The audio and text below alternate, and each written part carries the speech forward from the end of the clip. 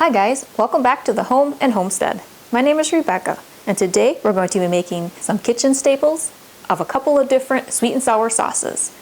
We're going to be making a traditional restaurant style sweet and sour sauce like you would get from a typical takeout Chinese American restaurant, as well as a spicier sweet and sour chili sauce.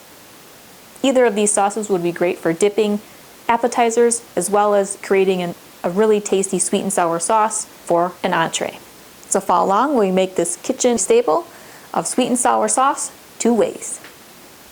Okay, so now we're going to make two types of sweet and sour sauce. First, we're going to make a sweet and sour chili sauce that works really great for dips and also as a sauce for maybe sweet and sour chicken or some other type of marinade that you want to create for a meat or vegetable. And we're also going to make more of a restaurant style sweet and sour sauce you might get from an American Chinese restaurant as takeout, and you can dip your spring rolls and egg rolls and wontons and sweet crab rangoons and things like that into there.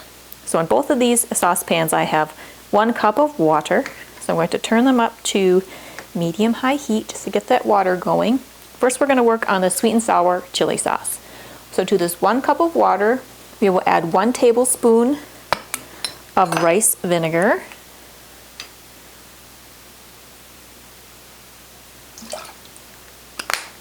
this is what that looks like. Next we'll add 3 tablespoons of ketchup.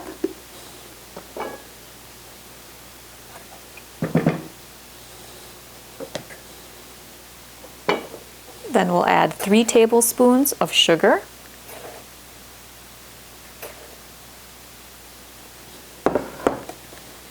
And 1 tablespoon of a chili paste. I have Sabo Olek.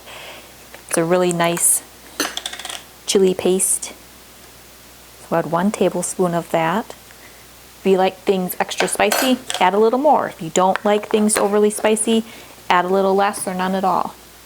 And then we'll add 1 teaspoon of a minced garlic. If you buy the pre-minced, it'd be about a teaspoon. I'll mix all these together. And we'll bring this up to a simmer. So now we'll move on to the restaurant style sweet and sour sauce. So in here we have 1 cup of water. To that I'll add 2 tablespoons of cornstarch.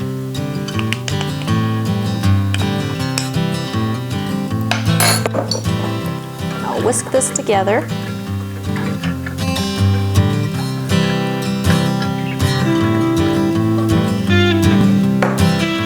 And now we'll add 1 cup of sugar, 2 tablespoons of white vinegar,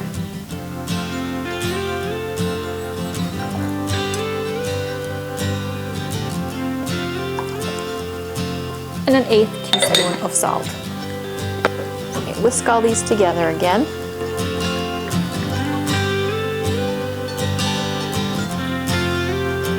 Now we're going to bring this up to a simmer.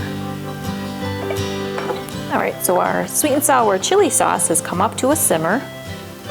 So now I'm going to add a cornstarch slurry. So I have 1 tablespoon of cornstarch and 2 tablespoons of water, and I mix it into a little dish. Combine that. That'll just help thicken up this sauce a little bit.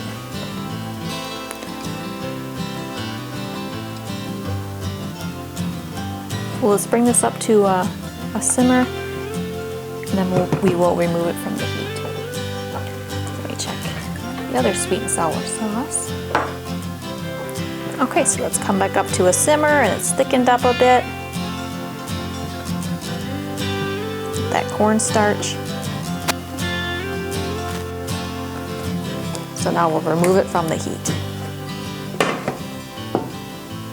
I'm going to slide this one to this burner. I'll bring this up to a simmer.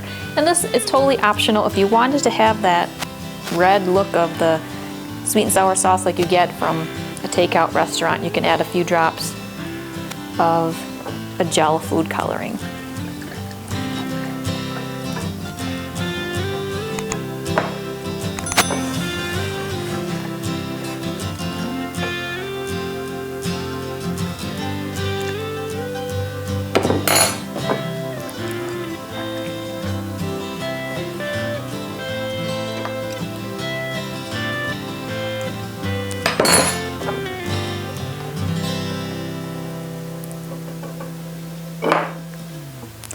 right, this is coming up to a simmer. The color is changing, it's getting a little darker, and it's thickening up just a little bit. Now what we're going to do is remove that from the heat as well. So for this restaurant style sweet and sour sauce, you can add between 2 to 4 tablespoons of the white vinegar. 2 tablespoons or 4 tablespoons would be a 1/4 cup. I added a couple more tablespoons of white vinegar to bring it up to a 1/4 cup of white vinegar, and I like the flavor a little bit better with that. So now these sweet and sour sauces are ready for dipping or adding to recipes for entrees. We can enjoy with any of our Asian inspired meals as well as marinades. So let me put these into some dishes and give you a closer look of our homemade Asian inspired sauces. Alright guys, here we have our homemade sweet and sour sauce made 2 ways. So on the left we have our sweet and sour chili sauce. It has a little more of a spiciness to it and it's a little thicker of a sauce. And to the right we have what you might get at an American Chinese restaurant for takeout for dipping your appetizers in. It's a much thinner sauce, and I added a little bit of red food coloring to get that characteristic color that you're looking for that style sauce. These sauces were great as a marinade as well as for the sauce for an entree that you can have for lunch or dinner. Just saute up some meat or vegetables, or maybe use some leftovers that you grilled out and add this sauce to it, throw it on top of some rice, and you have lunch or dinner with a nice Asian inspired twist. I hope you enjoyed this video today where we made this kitchen staple of Asian inspired sweet and sour sauces. If you'd like more inspiration, check out a video I have on how I make some homemade wontons, which work wonderfully for making appetizers, soups, as well as garnishes. I make one of my favorite Asian style appetizers, which is the sweet crab rangoon. You can check that video out as well. And I also do a quick and easy entree, which is a deconstructed egg roll that you can quickly make inside the Instant Pot, only dirtying 1 pot. Or if you're new to the channel and haven't done so yet, I would appreciate you subscribing. If you enjoyed this video, please give it a thumbs up. See you next time. Take care.